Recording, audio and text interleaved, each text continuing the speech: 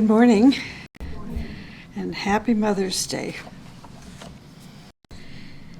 This morning I'm going to be talking about a fairly complicated theme called rending the veils. But before I get there, I was thinking about the women, the mothers of the world today, and of course the mother of the world, and how perhaps we could call it a legend. There is a legend that there is a lotus in space of the mother of the world, and that this lotus has many thousands of petals. These petals represent incarnating women that make a world impact upon humanity. Yesterday, I watched a movie called Radiation about Madame Curie. I'm sure Val's seen the whole thing, being Val. I was so impressed with the fact that she was a mom. Of course, everybody knows Madame Curie. Very few know that she was a mother of 2 daughters. She received 2, maybe 3, but 2 I know for sure, Nobel Prizes, 1 in physics, 1 in chemistry. Imagine that. She discovered radiation and polonium and is known for making such a huge contribution for cancer treatments. That's power. That's feminine power. That is a woman who was brilliant. She had a wonderful husband, a beautiful husband who supported her and was probably equal in intellect. And then, more recently, we have Michelle Obama, the former First Lady, an attorney, who had 2 daughters. We still have more to see and to hear from her. Power, love, strength, motherhood. A husband that we all know, perhaps not personally, but we feel like he's our personal friend, the president of this country. And if you've watched videos of President Obama talk about his wife, you would think that she was the president. He's so respectful of her.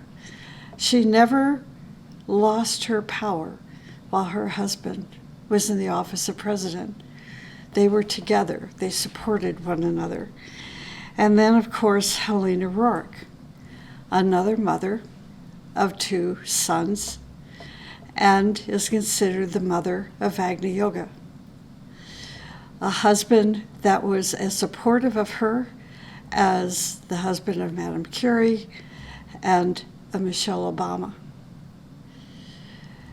I wish the world would take notice of these powerful women, and these are just 3 of the many thousand petal lotus of the mother of the world. They are to be admired. So, moving on, rending the veils. Since we are in the energies of the 3 major solar festivals, it seemed appropriate today to talk about the veils of consciousness and how to prepare ourselves to eliminate the obstacles that prevent us from penetrating these veils. Now, this is a talk this morning that reflects spiritual science. It is a science that affects every human being. It is esoteric, and being esoteric means you must find it and study it and learn about it to understand the depth of the nature of a human being and its evolution. As we enter or penetrate the veil of our human soul, our soul is going to enter into higher states, more refined states of consciousness.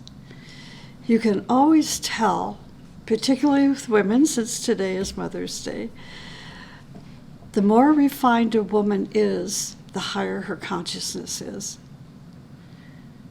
The more refined a woman is, the higher her consciousness is. Now, according to our studies and the teachings, teachers tell us that there are veils which separate each plane of consciousness, that between each plane of consciousness there is a veil that prevents us from entering certain halls for a period of time. In total, there are 7 halls that the teaching tells us about. It is mysterious, it is complex. Even as much time as I've spent studying it, it is not a black and white numbered study. It is very complex. It's very occult, if you allow me to use that word. So you will have questions from today's talk that I cannot answer, but intuition will guide us and help us, particularly as you find ways in your own striving and in your own consciousness to penetrate these halls and veils and webs. So in total, there are 7 halls, we are told. 3 of the halls deal with the personality. Another hall concerns the higher self. And then there are also 3 higher halls, which are related to the 3 higher planes of consciousness, known as the Buddhic, Atmic, and Monadic planes of consciousness. There is a veil, and this is what I'll be talking about mostly today, a veil that separates each of these halls of consciousness.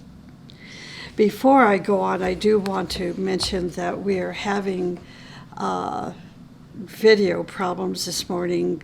GoToWebinar won't accept our webcam, so you're only hearing me. And I told Terry, I said, you're not going to wear my blue jeans this morning. Instead of getting all dressed up. Anyway, so we apologize for that, but at least you have the audio. So going on, the names of these 7 halls are called 1 through 7. The first is the hall of ignorance. The second is the hall of learning. The third is the hall of wisdom. The fourth is the hall of concentration. The fifth is the hall of choice. The sixth is the hall of direction. And the seventh is the hall of monadic light. And I'll be talking today about the 4th, 5th, and 6th halls primarily. The veils act as an inhibitory factor to the aspirant as the person seeks to make progress. Now, keep in mind, this is so abstract. The energy as we are progressing and striving and advancing and finding ways to penetrate through the halls and through the veils and through the webs, you will actually feel the experience. It usually affects our health. And not getting too far away from the middle road here is that this is why we want to have a naturopathic doctor who is spiritually oriented to the teaching. This is why I think in part the Rourkes founded the Urasvati Institute, which was a medical, scientific society to study health and plants and herbs, and so forth, because the aspirant, the disciple, the health of the aspirant, the health of the disciple, even though it appears in the outside to be similar or almost identical to the average sleeping soul, it is different. And the reason it's different is because your fires are being ignited. And as these fires ignite, they affect your cells, they affect your atoms, they affect your glands, they affect your organs, because they affect these major centers. And these centers have a relationship, subjective relationship, to the veils, the webs, and the hulls. So it's best if you know somebody that's gone through these experiences, if you're an aspirant or disciple, and you can talk to them. And it will help to reduce your fears of what's going on with your body. And of course, it's always best to speak to a physician. And I suggest a naturopathic or an Ayurvedic doctor, because they know the body in a different way than, in my opinion, the AMA. The AMA doctors are there for us. We need them from time to time, but we need the more spiritually oriented physician to help us through as we challenge our cells and atoms and glands and organs to this fiery energy. So I'm going to repeat this. The veils act as an inhibitory factor to us as we seek to make progress, as we move forward or onward upon the path of evolution. These factors are largely unseen obstacles to our spiritual progress. These forces and veils lie within the subtle inner nature of a person, the mental and astral bodies and physical brain. These veils may prevent any brain registration about certain causes and meanings of events in your life. This is why you study. This is why you study with a teacher who has had these experiences. This is why you study the teaching, like today, that tells us about these experiences, so they're not so foreign when we ourselves go through them. Like I said, these veils prevent any brain registration about certain causes and meanings in your life. These events can be related to the activities of your physical, emotional, or mental planes of consciousness. It can be the result of personality integration. You know, we study personality integration, and it means, that the physical and emotional mental body is now functioning as one unit, and we're striving to align with the higher self and higher, going into the holy triad, the spiritual triad. But do we know what that means? The effect that it's going to have upon this human mechanism. Personality integration. It can be the result of personality integration, or these forces can be dominated by the effects of the energies of your higher self. So then that tells you, what is the higher self? What is the energies of the higher self? Where are these energies coming from? The lotus, the chalice. With spiritual discipline and training, you can evoke these forces and penetrate the veils, eventually producing a coordination between your higher self and your brain. Your higher self and your brain. These veils are like curtains over the windows of vision. They prevent a realization of that which lies beyond the area of any average or mediocre experience, and will prevent the light from penetrating. the veil will prevent the light from penetrating. In other words, the veils prevent us from understanding the causes. But see, we're building some knowledge here. So when these events take place, you will not be blind in your understanding. So first, the veil that obscures the door leading to the hall of concentration, that's the fourth hall, is called the veil of impulsion, Impulsion, the veil of impulsion. This is the veil that once entered, we finally gain entrance into the sphere of consciousness of a third degree initiate. Again, this is the fourth hall, the hall of concentration. And the veil is called the veil of impulsion. As we conquer the obstacles and understand the events and adjust to these events and finally enter into this hall of concentration or penetrate through the veil of impulse, eventually and fairly rapidly in time, we ultimately end in the experience of transfiguration. This veil is the accumulation of Maya, glamour, and illusion.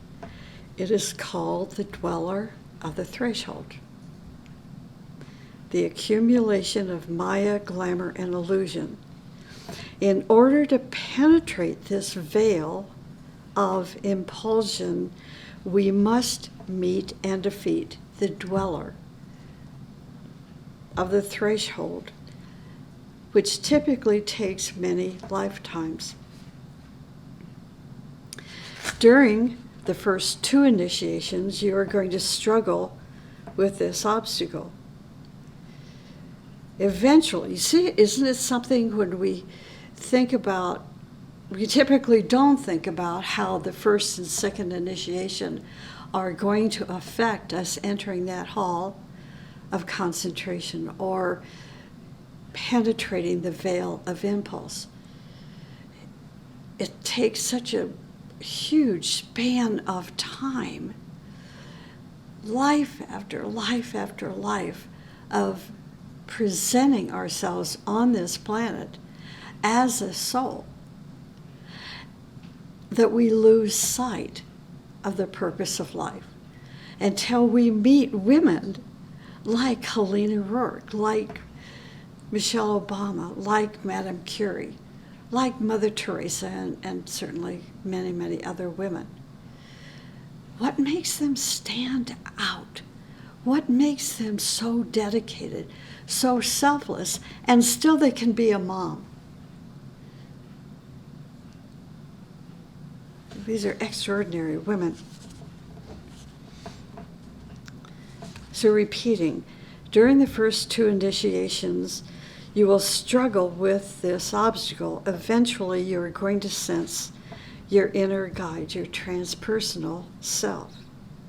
However, soul fusion, or whatever you call the mystical marriage, it cannot take place until you penetrate or tear apart this veil, the veil of impulse, and pass through it. The second hall is called the hall of choice. It is the Buddhic level of consciousness. And the veil is called the veil of distortion. See, some of these words don't make sense to it. Don't worry about it. The veil of impulse. What? Huh? You know, I'm telling you what it means, so don't overthink it. And the veil of distortion. What? When you reach that level of refinement, you'll say, aha, now I get it. Words sometimes trap us. The veil of distortion is related to glamours. After our glamours are entirely lifted up and cleansed. Now we become an initiate, and we will enter this hall, this fifth hall, the hall of choice, Buddhic level of consciousness. This hall leads us to the fourth initiation, called the Great Renunciation. Remember, it is an illumined mind which dissipates glamour. It takes an illumined mind to dissipate glamour. You can't, see, what I find with students is they have this list of glamours related to the 7 rays. Oh, this is my glamour. Ooh, wow, look, I've got a glamour. That's the tip of the iceberg, is recognizing a glamour that has taken this first and second initiation to build into such an entity. You can't just say, oh, okay, now it's gone. I eliminated it, I deleted it, it's over. It's not the way it works. It takes hard work, selfless work, humility to dissipate, to lift up, and to clean your glamours. Dissipate it's the illumined mind that can dissipate glamour, and the faculty of intuition which dispels illusion. So if your light, if your consciousness has not yet penetrated the light of the Buddhic plane, what you are doing now is preliminary discipline. So when your consciousness is that refined, that beautiful, that symphonic, now you are ready to dissipate illusion. It is in the hall of choice the initiate will learn to renounce all that they have and all that they have been.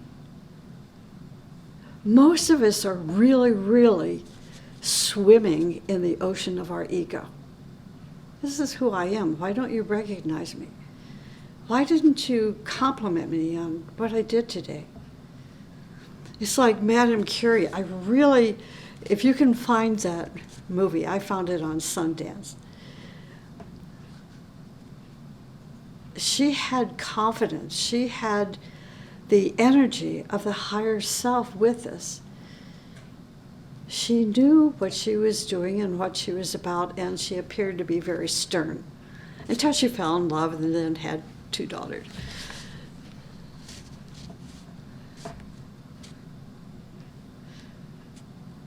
But she learned about renunciation. You don't know what renunciation is yet. We're only learning about it. It is in the hall of choice, this 5th hall, where we will learn to renounce all that we have and all that we have been and withdraw our identification with the form life.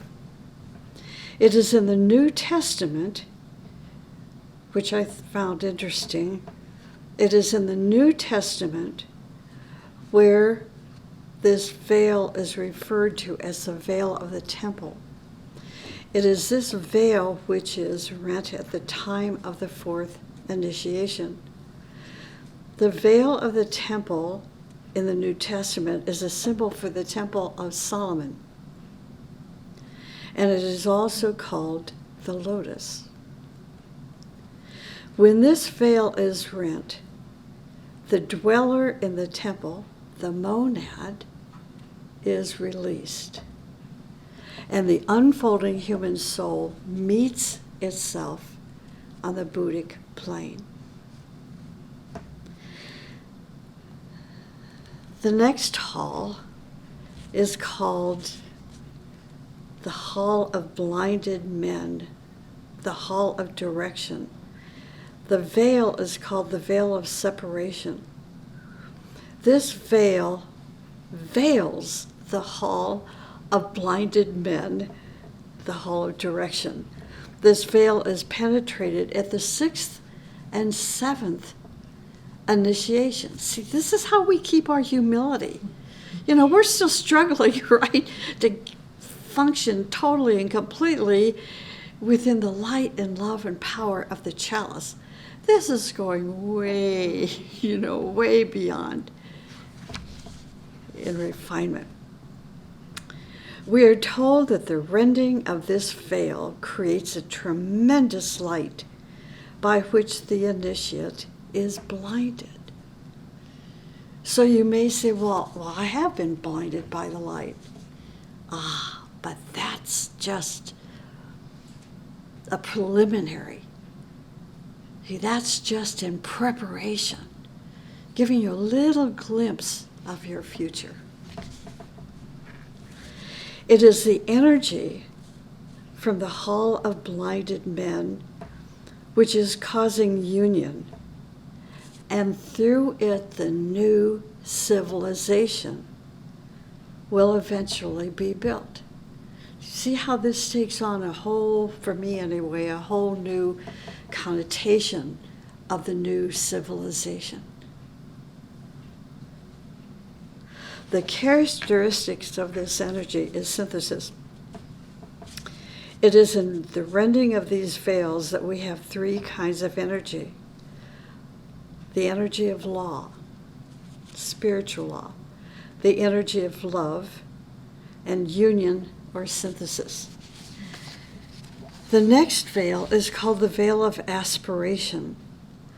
This is a veil of great importance to us as a humanity, especially at this time, because it releases the energy of mass intent. It is with mass intent, focused through groups, not focused through your little self, through groups. So if you think that your group is your family, and this makes you holy and a temple for people to walk in and prostrate their feet to you, you are really on the wrong path. Massed intent. It is with massed intent focused through the groups, which are the externalizations of the ashrams of the master. You cannot sit in your home, in your bedroom, meditating and think that you are penetrating, see, the veils of these halls, unless you are an integral part, a living part, an acting part of the manifestation of an ashram of the masters. It is in this way that the hierarchy will take physical shape upon the earth again. It is then that the rent of the fourth veil, major veil, that will be made by humanity itself, focused through the externalized ashramic groups that through the hierarchy will manifest or externalize. The nature of the energy which will pour through this fourth rent may be called life. This is real life. This is not grocery store life. This is not the movie life. Right? This is real life. We learn as we enter each hall, as each disciple takes a new initiation. They make the rent bigger. This is why it's so important that we have disciples in the world today, that we have the Madame Curies, that we have the Michelle Obamas, that we have the Helena Rourkes and their disciples, so that they can make the rent bigger. These disciples can make the rent bigger and let more light and love and synthesis into humanity, enabling it to achieve greater spiritual realization.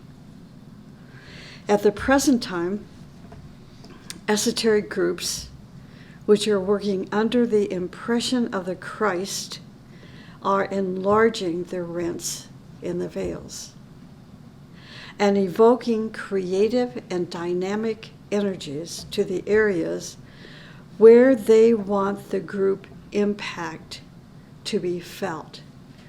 It's interesting to me when I think about these esoteric groups and the members of these esoteric groups. There is a popular phrase of gratitude where people say thank you for your labor. I really love that, because Madame Curie certainly didn't receive that kind of gratitude. Thank you for your labor. Blavatsky certainly didn't have a phrase like that given to her by humanity. Thank you for your labor. But on the other hand, it's not the numbers, in my opinion, it's not the numbers, it's the people, it's the force, it's the energy, it's the dedication, it's the sacrificial life that these individuals are living and directing and responding to the impulse of the master, directing that energy to where the group impact is felt. I hope that makes sense. This is why there's more than one group, although all groups are part of the greater group. But I won't go further than that. I'll run out of time. But these are thoughts, for us to really consider. With the dedication of these esoteric groups and their members, their intention, their one-pointed striving, unanimous and simultaneous meditation and service, they penetrate deeper into the veils of the planet. Such groups are providing greater light, purer love, and deeper synthesis for humanity. Besides the veils, we also have what is called webs, which are found between, so we have the halls, right? We have the veils, and we have the webs. The webs are found between the 7 halls, which are found within the 8 etheric planes. Now, if this was a seminar, we would have a whiteboard up here, and I could draw these diagrams. So now we're just left to our own creative imagination. So these webs are to be found between each pair of the centers of the spine and also in the head. These webs are to be found between each pair of the centers of the spine that relate to the 8 etheric planes. Got it? Anybody got it? Well, listen to this talk again, and you'll get it. These webs are to be found between each pair of the centers of the spine and also in the head. What is stimulating for us to realize is that these webs are normally dissipated as the purity of life, the discipline of your emotions, and the development of your spiritual will are carried forward. There are also webs in the head, which are of a much higher quality, and bisect the skull, by the way, horizontally and vertically.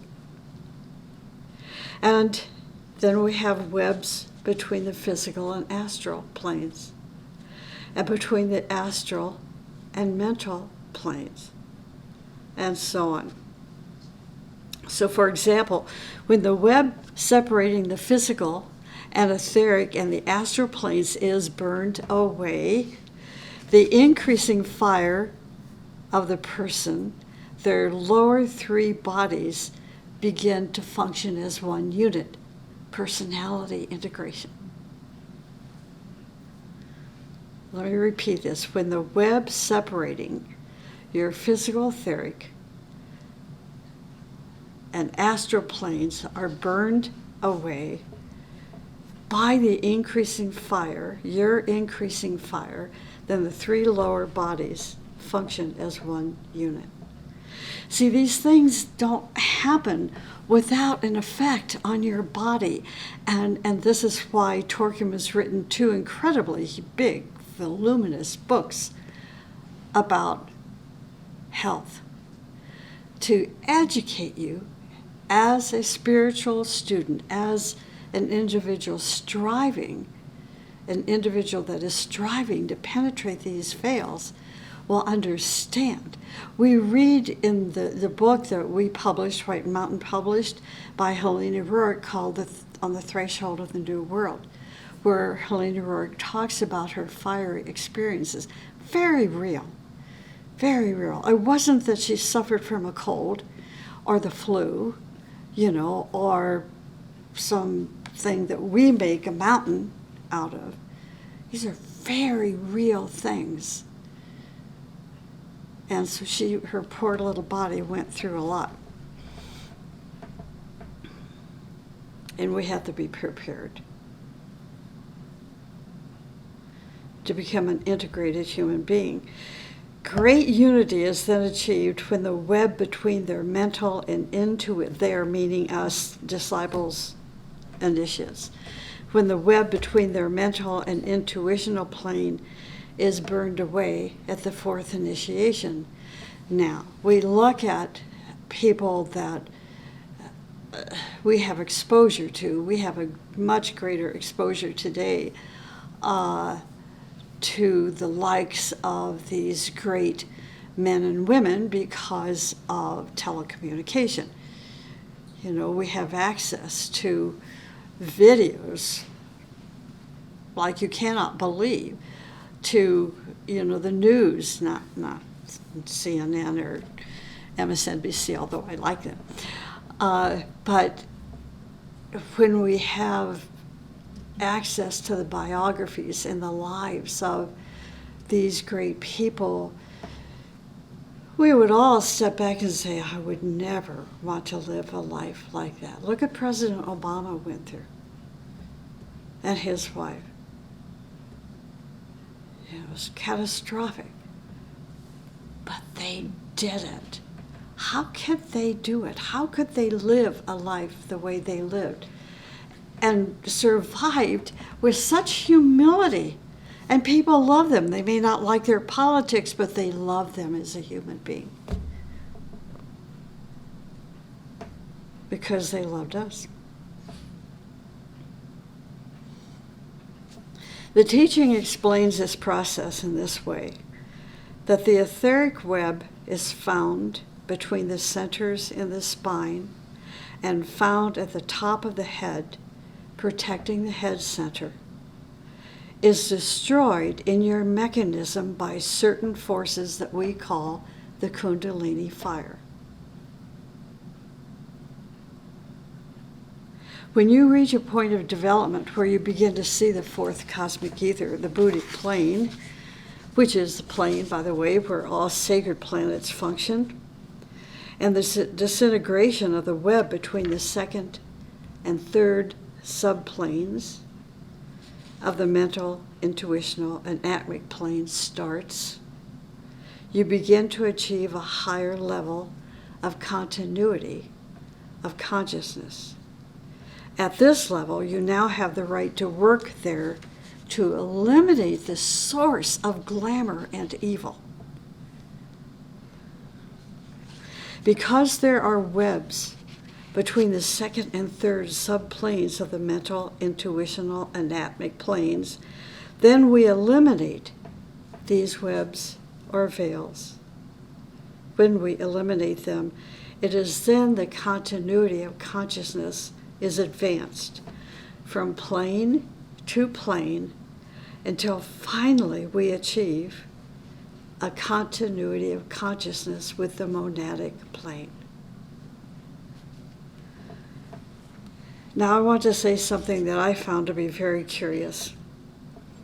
We are told that the rending of veils does not guarantee the development of the person or expansion of consciousness if the rending is not the result of your steady achievement of spiritual realizations by pure motive, by inner striving, by advanced meditation, and by living a life of sacrificial service. So why is this? Oftentimes, rents are caused, speaking of radio activity, radiation, oftentimes rents are caused by radioactivity, by drugs, by breathing exercises, chanting, hatha yoga, loud music, and some special movements of dances. These rents mean one thing to an average person, something else to a disciple, and something totally different to an initiate. When the veils are rent, a new world emerges with new energies. Initiates have a wonderful opportunity to come in contact with various planes and forces. We know this. We read the lives of Blavatsky, right? And the life of Helena Rourke. This is why I wanted to publish that book so much, The Threshold of the New World, so we could learn about her experiences.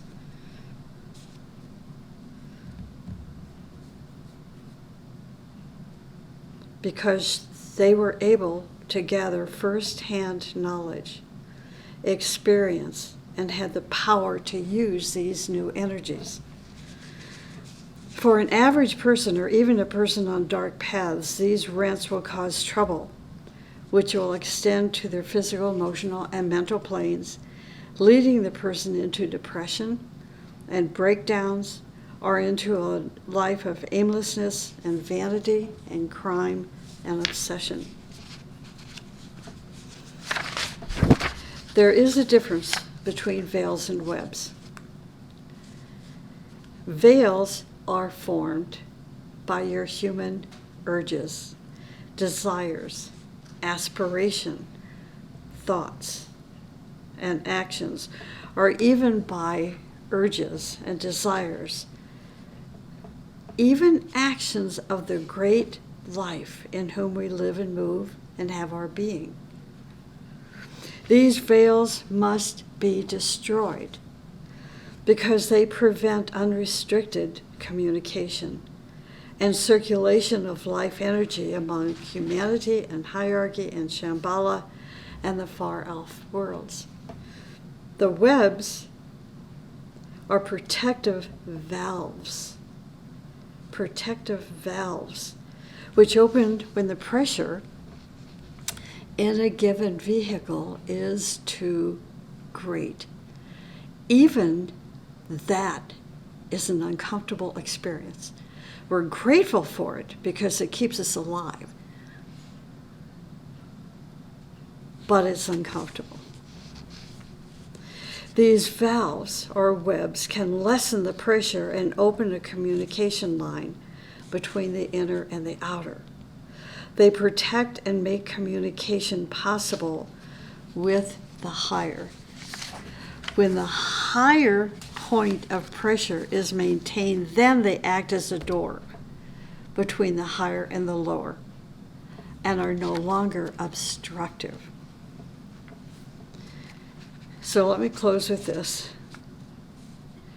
We can see the results of the rents. On one hand, we have an inrush of astral forces, lower psychism all over the world, especially in those areas where the web is rent. Biological effects of radiation. Madame Curie and her husband died as a result of their work.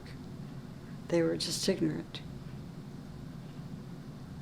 a universal lack of control of sexual urges, of destructive and criminal drives.